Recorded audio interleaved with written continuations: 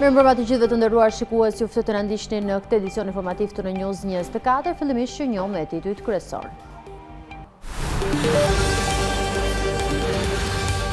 U bllokua nga shembja e masivit të gurve, hapet pas 7 orësh rruga Librasht-Prenjas, qindra mjete u paralizuan në trafik.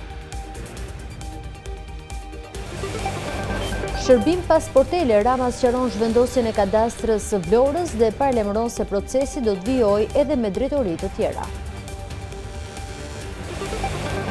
Balluku po ndërton shtet paralel për të penguar drejtësinë. Gezmet Bardhi akuza zëvendës kryeministres se po blen heshtjen e bashkëpunëtorëve të saj. GKK rrëzon Erion Velia në lënë në burg. Avokati Sokrat Gjermeni tha se hetimi është mbyllur dhe probat nuk mund të prishen. Çmontohet grupi kriminal në Tiranë, sillnin armë nga Kosova dhe i magazinonin në Selit. Bisedat për vajza me Jeffrey Epstein, Lajçak dorëhiqet si këshilltari i kryeministrit slovak. Irani bëri të ditur se janë vrarë 3117 protestues dhe se do të publikojë emrat. Organizatat kërkojnë hetim pasi sipas tyre janë mbi 30.000 viktima. Ndahet nga jeta pas një betejë me sëmundjen e rënd gazetaria e njohur Reza Tareqi.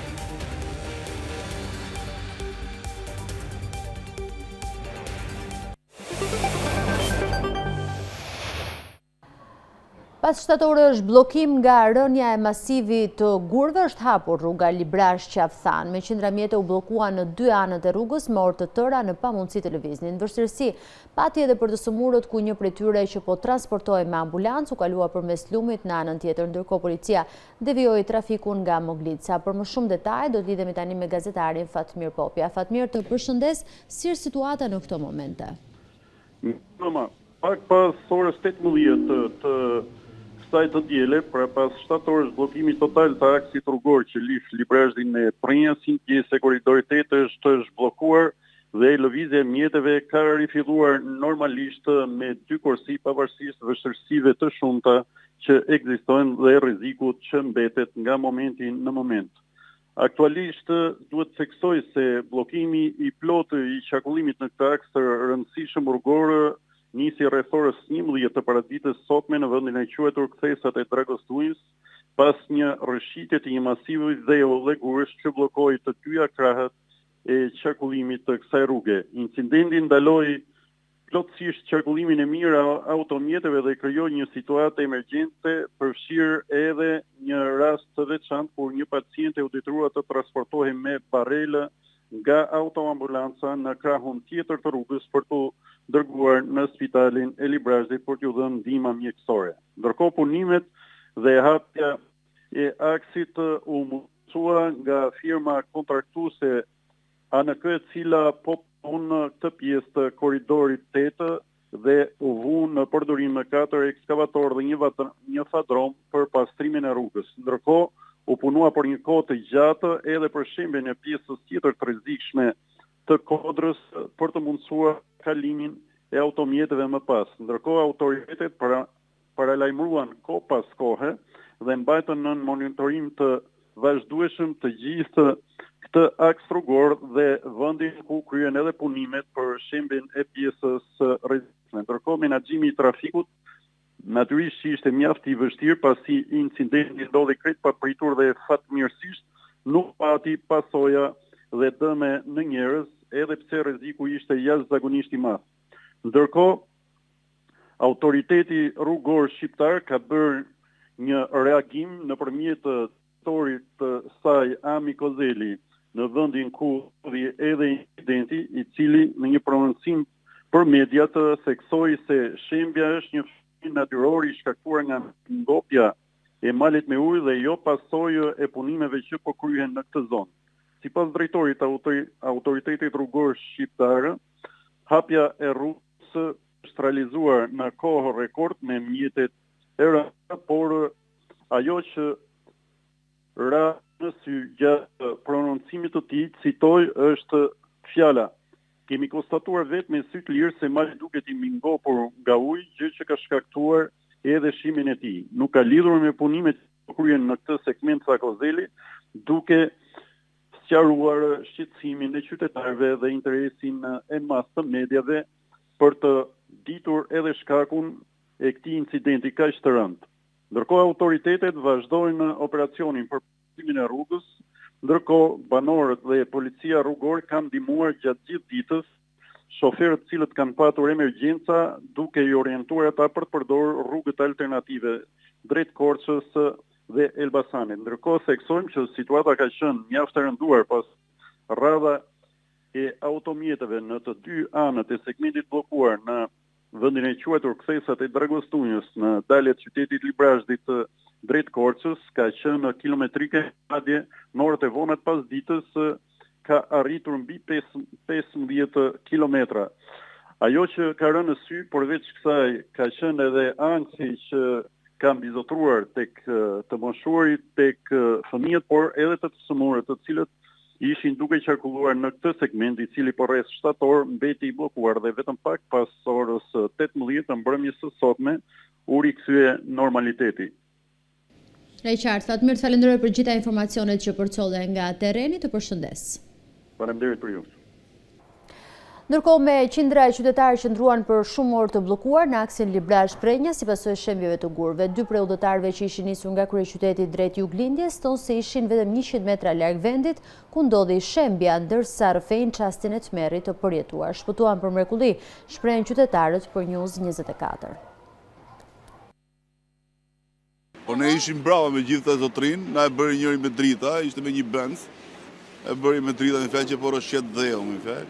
Pasaj ku afruam tu, pam që ra kjo dhe nuk... Ke shpëtuar për sekonda? Po, besoj na 100-200 metra ishte kjo, unë kom që mrava këti. Ra, 100 metra larg isha, nga makine 100 metra e ka. Në momentin ku me nesë dhe drita, gjë njëse ka polici, erdhëm tu, farë malin të shembur. A i shpëtovi mire, i tjetëri me atë Benz. A që kishte. Zoti e ka, që më thanë të tjetër? 5 orë kemi. Jemi të smur, dhe kam djallosur me qeverimet djallmet. Hiç pare, vetëm në këtu brenda, jemi ngrohtë që është tot për jashta, jemi të smur, jemi këtu, jemi ashtu, po rrim. Jo, nuk e pam ne, ishim 500 metra më mrapa, po erdhëm këtu të para se thë kishte pak gush, kishte shumë njerëz. Në pyeta çka ka ndodhur, tha Karamali, tha. Ju nga vini? Ne vim nga Tirana. Po, po shkojmë për Maqedoni. Çfarë ju kanë thënë? Ju kanë dhënë Asgjë, asgjë. informacion? Jo, asgjë nuk na kanë treguar, vetëm që shohin se vijnë pa dronat, po i shohim, punojmë. Inshallah pa hapin e ikum edhe në familjet tonë. Ish deputeti i Partisë Demokratike Ervin Saliani ka reaguar pas situatës së krijuar në aksin Librazh-Prenjas, ku qarkullimi u bllokua për shkak të rrëshqitjes së gurëve dhe dherave nga shpati i Kodrës. Saliani cilëson të turpshme bllokimin e këtij aksi duke bërë shkaktar kryesor neglizhencën, papërgjegjshmërinë dhe korrupsionin nga ana e qeverisë. Qytetarë të bllokuar në rrugë, ambulanca në pritje, biznese të paralizuara, familje të rrezikuara. Kjo është pasqyrë reale e keqeverisjes, kur fondet vidhen dhe propaganda bëhet prioritet, rrugët shemben dhe shteti zhduket. Shteti nuk matet me fasada e postime, matet me rrugë që funksionojnë me siguri me përgjegjësi. Shqiptarët meritojnë një qeveri që punon, shkruan Ervin Saliani në Facebook.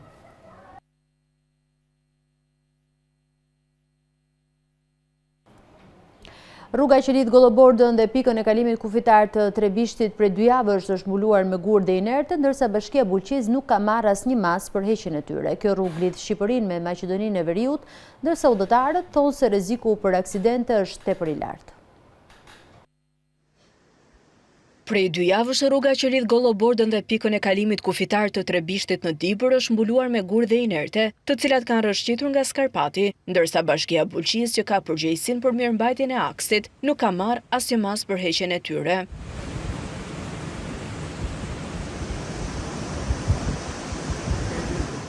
Kjo rrugë lidh Shqipërinë me Maqedoninë e Veriut, ndërsa shembjet kanë ndodhur vetëm pak metra larg pikës kufitare të Trebishtit, duke e bërë situatën edhe më shqetësuese. Banorët shprehen se kjo është e vetmja rrugë funksionale për ta, pasi aksi që lidh Gollobordën me Bulqizën është tërësisht i amortizuar dhe i vështirë për qarkullim. Ata kërkojnë ndërhyrje urgjente për pastrimin e rrugës, pasi rreziku për aksidente është tepër i lartë.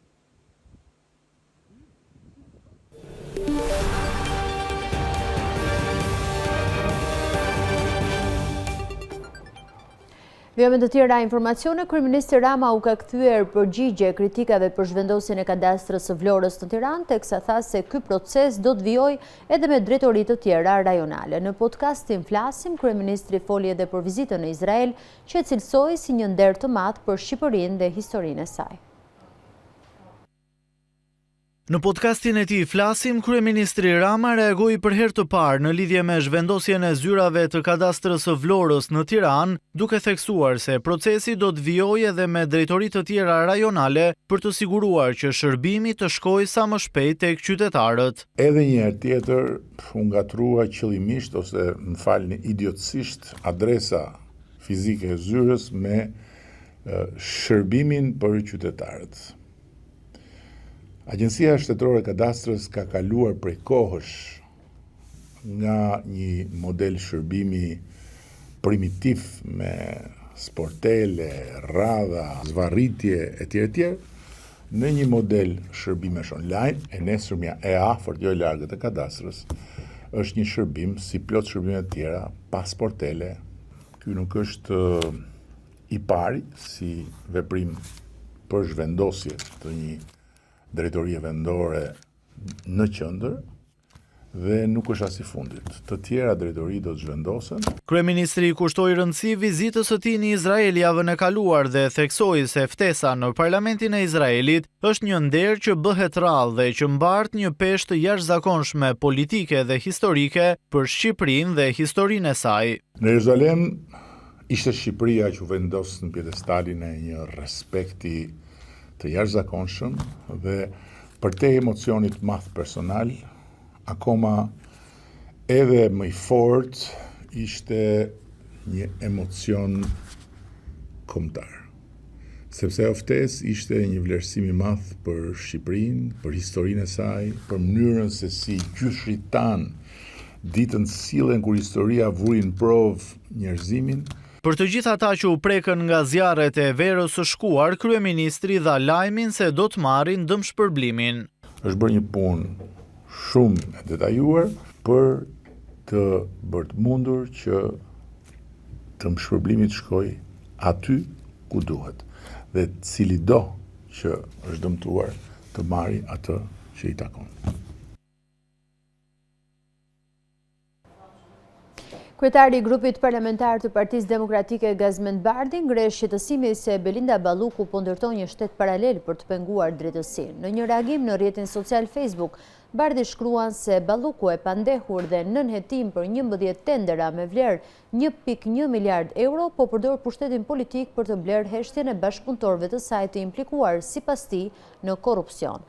Ndërsa gjykata kushtetuese zvarrit vendimarrjen dhe kuvendi përdoret si alibi për të mos vepruar, Belinda Balluku po e shfrytëzon kohën e blerë për të ndërtuar një shtet paralel me një qëllim të vetëm, t'u jap garanci shtesë bashkëpunëtorëve të saj nën hetim që të mos flasin, shkruan Bardhi, ndërsa ka sjellë edhe shembuj sipas tij flagrant të pengimit të drejtësisë. Bardhi thekson se këmbgulja e Belinda Ballukut për të vendosur Viola Haxhiademi në krye të keshit, pavarësisht se është implikuar në disa nga aferat më të rënda energjetike, nuk ka asnjë lidhje me performancën apo meritën. Tjetër shembull që Bardhi sjell është tentativa për t'i dhënë Irma Drobronikut një mandat 5 vjeçar me vot parlamenti në krye të Komisionit të Prokurimeve Publike.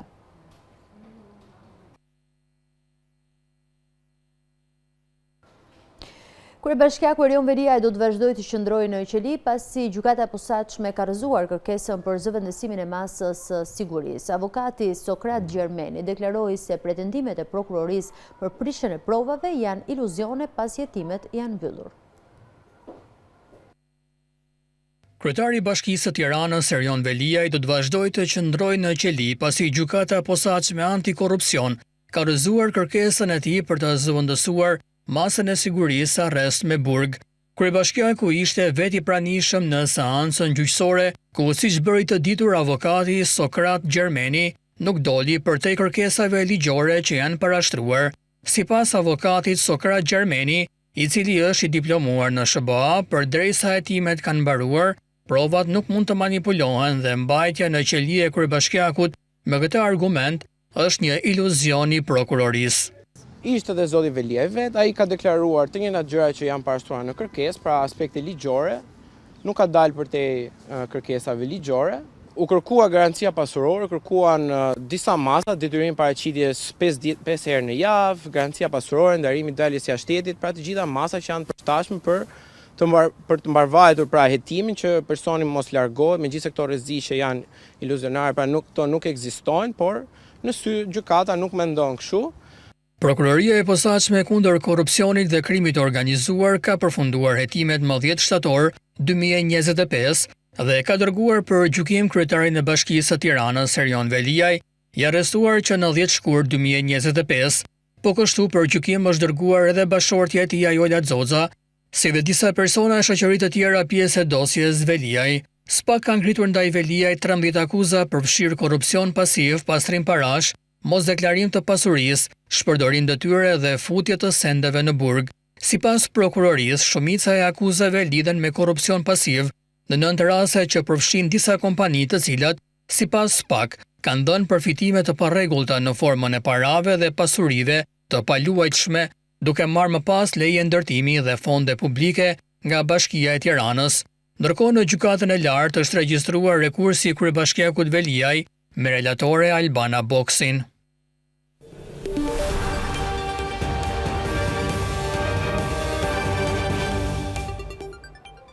Jo me të tjera informacione, 4 persona që modifikonin dhe shisnin armë zjarri për llogaritë të grupeve kriminale u arrestuan nga policia e Tiranës, ndërsa u zbulua edhe një magazin në zonën e Selitës ku zhvillonin aktivitetin e tyre. Dyshohet se armët e zjarrit porositeshin pjesë nga Kosova dhe më pas modifikoheshin dhe magazinoheshin në Tiranë.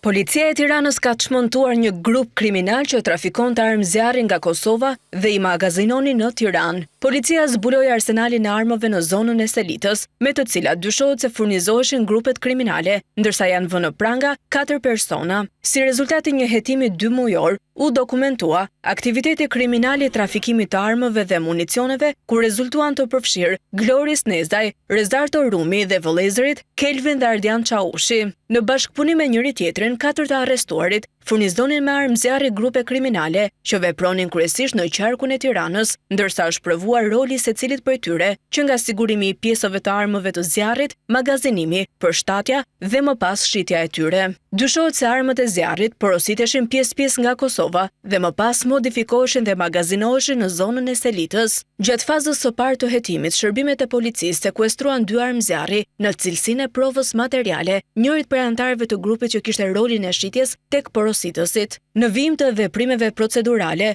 u bë i mundur identifikimi i ndërmjetësit dhe zbulimi i ambientit ku magazinoheshin armët. Policia sekuestroi 3 armë zjarri automatike, 5 pistoleta, një armë gjahu teke, 12 krahëra për armë zjarri automatike dhe pistoleta, një sasi e konsiderueshme municionesh luftarak për armë automatike dhe pistoleta, një jelek antiplumb ushtarak, 9 pjesë metalike të dyshuara si pjesë armësh zjarri, 3 radio marrëse dhënëse, 36.000 euro dhe sende të tjera. 4 të arrestuarit do të përballen me drejtësim për veprat penale, trafikimi i armëve dhe municioneve, prodhimi dhe mbajtja pa leje e armëve të ftohta, prodhimi dhe mbajtja pa leje e armëve të gjuetisë dhe sportive, mbajtja pa të drejtë e uniformës dhe fshehja e të ardhurave, ndërsa vijon puna për identifikimin e personave të tjerë që mund të jenë të përfshirë në këtë veprimtari kriminale.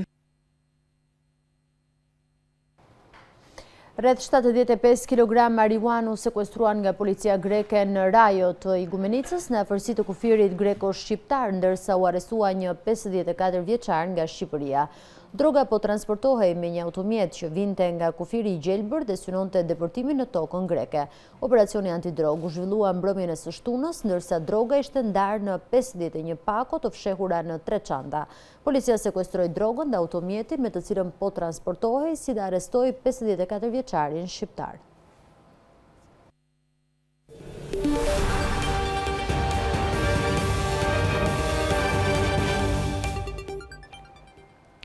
Rritja e menjëhershme e nivelit të detit jon si pasojë e baticave shkaktoi përmbytje në disa biznese dhe magazina peshku në Vlorë e Radhim. Niveli i baticës arriti deri në 1 metër, ndërsa peshkatarët thonë se zakonisht niveli arrin në 40-60 cm, duke cilësuar situatën të pazakontë.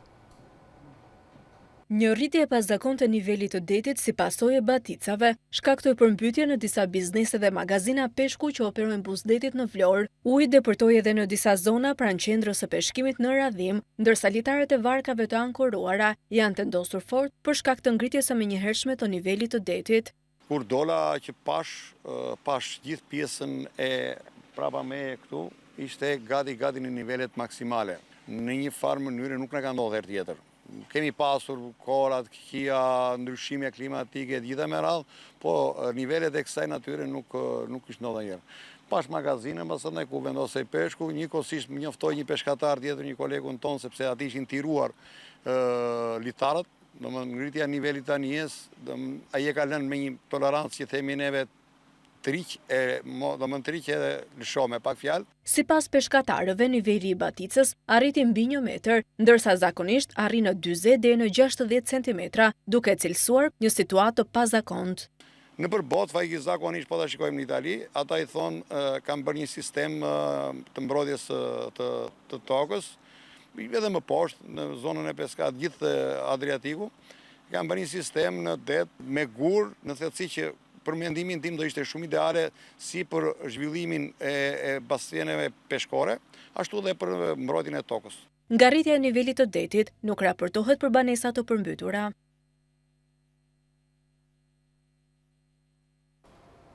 Një banes dykatëshe u përfshi nga flakët në Zvezd të Maliqit, ku një nga katet u shkrumbua tërësisht. Në çastin kur zjarri, të gjithë anëtarët e familjes Saliu ishin në gjumë, ndërsa zjarfiksit parandaluan për hapjen e flakëve në pjesën tjetër të godinës. Teksa rrëfejnë çastet e tmerrit, familjarët e mbetur të pastre bëjnë apel për ndihmë. Një banes dykatëshe u përfshi nga flakët mëngjesin e sot dielës në fshatin Zvezd të Maliqit, ndërsa një prej kateve u shkrumbua tërësisht. Zjarri dyshohet se nisi në katin e dytë, ndërsa anëtarët e familjes thonë se ishin në gjumë. Kryefamiljari Muhamet Saliu thotë se nuk kanë mundësi ekonomike të ndërtojnë sërish banesën, ndërsa bën apel për ndihmë. E kam vëllakta, unë tash jem oravesh, thanë që u doj shtëpia, u doj nga korrenti. Shtëpia që e kompletuar, kanë punuar 6 muaj vetëm për shtëpinë. Kanë punuar, mirë po erdhi dita sot që u dojë. Ne duam një ndihmë nga komuna e Maliqit. Po cilat janë shkaqet? Nga se mendoni se mund të ketë rënë zjarri? Çfarë thonë? Linjat e dobta janë, të shtëpit janë të vjetra. Zjarfiksit e Maliqit shkuan në fshatin Zvezd ku izoluan flakët, ndërsa raportohet për dëme të shumta materiale. Në vendngjarje shkuan edhe forcat e policisë dhe hetimet për zbardhjen e shkaqeve të zjarrit vijojnë. Në juglindje të vendit që prej orëve të para të mëngjesit të së dielës ka nisur rreshje të dëborës. Në lartësitë mbi 900 metra, trashësia e dëborës arrin nga 15 deri në 20 cm. Autoritetet bëjnë apel që drejtuesit e mjeteve të pajisen me goma dimërore dhe të tregojnë kujdes të shtuar gjatë qarkullimit. Ndiqni raportimin e gazetares Lorena Kodra.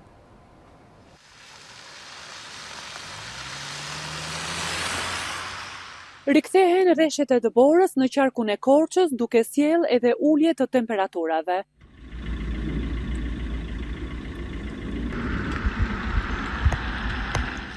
Rreshtet kanë nisur që në orët e para të mëngjesit të kësaj të diele dhe në disa zona vijojnë të mbeten ende aktive. Sipas të dhënave, dëbora ka përfshirë segmentet Boboshtic-Dardh, Bilisht-Miras, Korçë-Voskopoj, si dhe Podgorie Liçenas. Në zonat mbi 900 metër, mbi nivelin e detit, konkretisht në Dardh, trashësia e dëborës arrin nga 15 deri në 20 cm. Si pasojë e motit të keq, rreth 200 abonent kanë mbetur pa energji elektrike. Grupet e punës ndodhen në terren dhe po punojnë për eliminimin e problematikave dhe rikthimin e furnizimit me energji elektrike. Ndërkohë, autoritetet bëjnë me dije se pavarësisht rreshjeve, në të gjitha akset nacionale të qarkut të Korçës nuk raportohen probleme dhe qarkullimi i mjeteve vijon normalisht.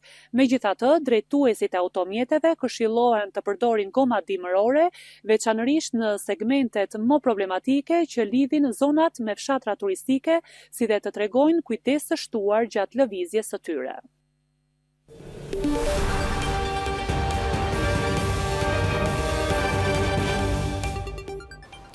Në Art Turbina u zhvilluan homazhe në nderim të aktorit Fitim Makashi, miq, kolegët e afërm i dhanë lamtumirën e fundit, ndërsa i biri këngëtari Redon Makashi rrëfeu për pengjet e tij. I është dhënë këtë të diel lamtumira e fundit aktorit Fitim Makashi. Homazhet në nder të tij u mbajtën në ambientet e Art Turbina. Miq, kolegë dhe bashkëpunëtor vlerësuan profesionistin dhe njeriun që ai ishte. Iku një njeri që në kuptimin e plot të fjalës ishte njeri. Iku njeri i mirë. Neve do ta ndjejmë më shumë se familja, ndofta dhimbjen e madhe që ka familja. Sa bukur ta kujtosh një njeri se sa fisnik kishte, se çfarë shpirti i madh kishte, ashtu siç ishte në ato rolet e tij, në një zot ngrohtë, në karakteret e tij gjeneroze, ashtu ishte edhe në jetë. Djali i tij, Redon Makashi, në lot u shpreh se babai i tij nuk u vlerësua sa duhet, sa ishte gjallë nga institucionet. Do të dishe respektuar kur ishe gjallë, ka instancat. Dhimbjen sipas të birit u lehtëson vlerësimin nga miqt dhe bashkëpunëtorët. Duke pasur miqt e tij të babit, shokët e vetë të tatit, e kanë respektuar shumë dhe kanë dashur shumë, dhe kjo, si thosh, ma hiti që ka të dhimbjen, sepse këta kanë qenë një brez, kanë qenë një brez që nuk thënë më. Sinqeriteti i tyre, edhe ajo shoqëria e tyre. Fitim Makashi ishte një nga figurat e rëndësishme të teatrit dhe filmit shqiptar. I lindur më 10 prill 1944 në Gjirokastër, ai kreu studimet për aktrim në Institutin e Lartë të Arteve në Tiranë dhe u angazhua për vite me radhë në teatrin popullor, ku interpretoi 10 role në drama dhe komedi, duke u vlerësuar për seriozitetin dhe natyrshmërinë e tij në skenë. Në kinematografi, Fitim Makashi la gjurmë me role në shumë filma të njohur shqiptar nga vitet 60 deri në fillim të viteve 90. Makashi do të mbahet mend për interpretimet e tij në filmat Prita, Intendenti, Gjurmë në kaltërsi, Shpella e piratëve, Vdekja e kalit e të tjerë. Dëgjoj këtu. Qysh nesër do të fillosh leje. Të hikësh e të mos më kthehesh beqar. Dakor të shok. Mirë ta merr. Po harrua fare more. Nuk e ke parasysh qiell çokolet. Do ta shohim Musa, do ta shohim. Interpretimet e tij u dalluan për karakter të fortë dhe prani të veçantë artistike, duke e bërë pjesë të rëndësishme të brezit që ndërtoi identitetin e kinemas shqiptare. 505, ku ndodheni? 505 përgjigjo. Përveç karrierës si aktor, Fitim Makashi kontribuoi edhe si pedagog duke ndihmuar në formimin e brezave të rinj të artistëve. Trashëgimia e tij artistike do të mbetet pjesë e memorjes kulturore shqiptare. Pas një betejë të gjatë me sëmundjen është ndarë nga jeta në moshën 64 vjeçare gazetarja e njohur Rezart Areçi. Ajo ka dhënë një kontribut të gjatë në media, në radio dhe televizion dhe për më shumë vite ishte pjesë e News 24 ku ideoi dhe drejtoi emisionin Arratia e peshkut të kuq. Është ndarë nga jeta në moshën 64 vjeçare gazetarja e njohur Rezart Areçi. Prej vitesh gazetarja pati një betejë të gjatë me një sëmundje të rëndë. Betejë që në rrëfimet e saj e ka ndarë edhe me publikun e gjerë gjatë këtyre viteve. Rezart Areçi pati një karrierë dhe kontribut të gjatë në median televizive dhe radiofonike. Rrugëtimin e saj ajo nisi në radio, ku kontriboi për gati 30 vjet. Për shumë vite moderatorja Rezart Areçi ishte pjesë e televizionit News 24, ku ideoi dhe drejtoi emisionin Arratia e peshkut të kuq, një program që u kthye në një hapësirë reflektimi, dialogu dhe rrëfimi të thellë njerëzor, duke sjellë para ekranit personazhe dhe personalitete të shumta të jetës shqiptare.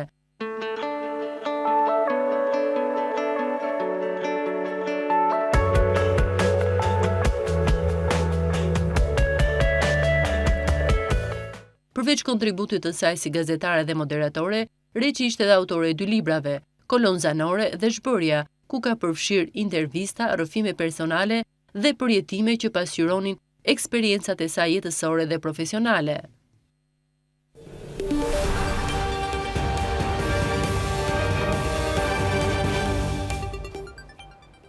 Vëmë të tjera informacione, kryeministri slovak Robert Fico pranoi dorëheqjen e këshilltarit të tij Miroslav Lajçak, i cili vendosi të japë dorëheqjen për shkak të publikimit të komunikimeve të tij me financierin amerikan Jeffrey Epstein. Sipas kryeministrit, duke dhënë dorëheqjen nga ky post, Lajçak dëshmoi se ishte një diplomat i shkëlqyer. Lajçak ka shërbyer edhe si i dërguar i BE-s në dialogun Kosovë-Serbi. Ish-ministri i jashtëm i Slovakisë Miroslav Lajçak, i cili ka shërbyer edhe si i dërguar i posaçëm i BE-s në dialogun Kosovë-Serbi, dha dorëheqjen si këshilltar i kryeministrit Robert Fico pas raportimeve për korrespondencë të gjerë me pedofilin Jeffrey Epstein. Dokumentet të publikuan nga Departamenti Amerikan i Drejtësisë, kryeministri slovak Robert Fico vendosi të pranojë dorëheqjen e Lajçak të shtunën. Ka kaluar shumë kohë që kur kam parë kaq shumë hipokrizi në kritika që vijnë nga të gjitha drejtimet, tha ai. Një kërkim me emrin Lajçak në bibliotekën online të dosjeve të publikuara të Epstein nxjerr më shumë se 346 dokumente. Në një shkëmbim mesazhesh telefonike, dikush i quajtur Miro Lajçak duket se po tallet me një Epstein të pa identifikuar. Përshëndetje nga Kievi, vetëm për të konfirmuar se vajzat këtu janë po aq të bukura, theksohet në një prej mesazheve. Duke folur për një agjenci lajmesh pak para dorëheqjes së tij, Lajçak përsëriti se nuk kishte qenë në dijeni të krimeve të Epstein, të cilat i dënoi. Lajçak tha se vendimi i tij për të dhënë dorëheqjen ishte motivuar nga dëshira për të mbrojtur Robert Fico nga kostot politike të asaj që ai e konsideronte një sulm të qëllimshëm. Epstein kreu vetvrasje në burg në New York në vitin 2019. Hetimi ka zbuluar se ai kishte ndërtuar një rrjet të paligjshëm për sigurimin e vajzave të mitura për njerëz të pasur. Shumë njerëz të famshëm, mes tyre miliarder, politikan dhe artist, vizitonin ishullin e Epstein për të patur raporte seksuale me vajza të ndryshme, por mes tyre kishte pasur edhe vajza minorene të abuzuara. Pasi qeveria iraniane njoftoi se do të publikonte emrat e viktimave të valës së fundit të protestave masive që përfshin vendin në fund të dhjetorit, janë shtuar thirrjet brenda Iranit për një hetim të pavarur, ndërsa qeveria pretendon se numri i viktimave është 3117, grupet e pavarura shprehen se mbi 30.000 njerëz janë vrarë nga regjimi i Republikës Islamike, ndërkohë Irani vendosi t'i konsiderojë si grupe terroriste ushtritë e vendeve të BE-s.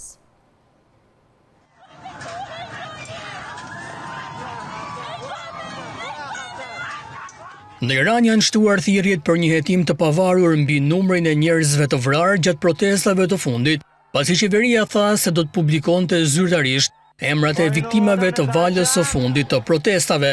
Lëvizja shumë e pazakonte e qeverisë së Republikës Islamike është hartuar për të penguar pretendimet se janë kryer krime kundër njerëzimit dhe se janë vrarë deri në 30.000 iranian.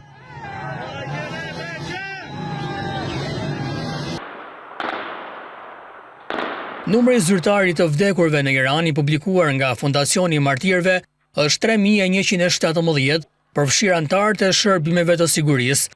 Reformistët iranian thonë se procesi planifikuar i identifikimit nga qeveria nuk është mjaftueshëm transparent dhe nuk ka gjasa të jap fund mosmarrveshjes rreth numrit të njerëzve të vrarë.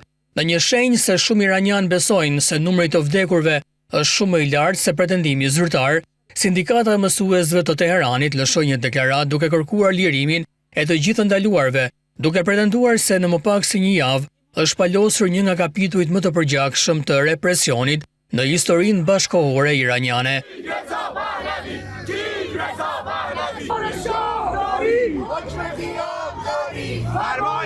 Sipas tyre, 10 mijëra fëmijë, vajza dhe gra janë mbuluar me gjak.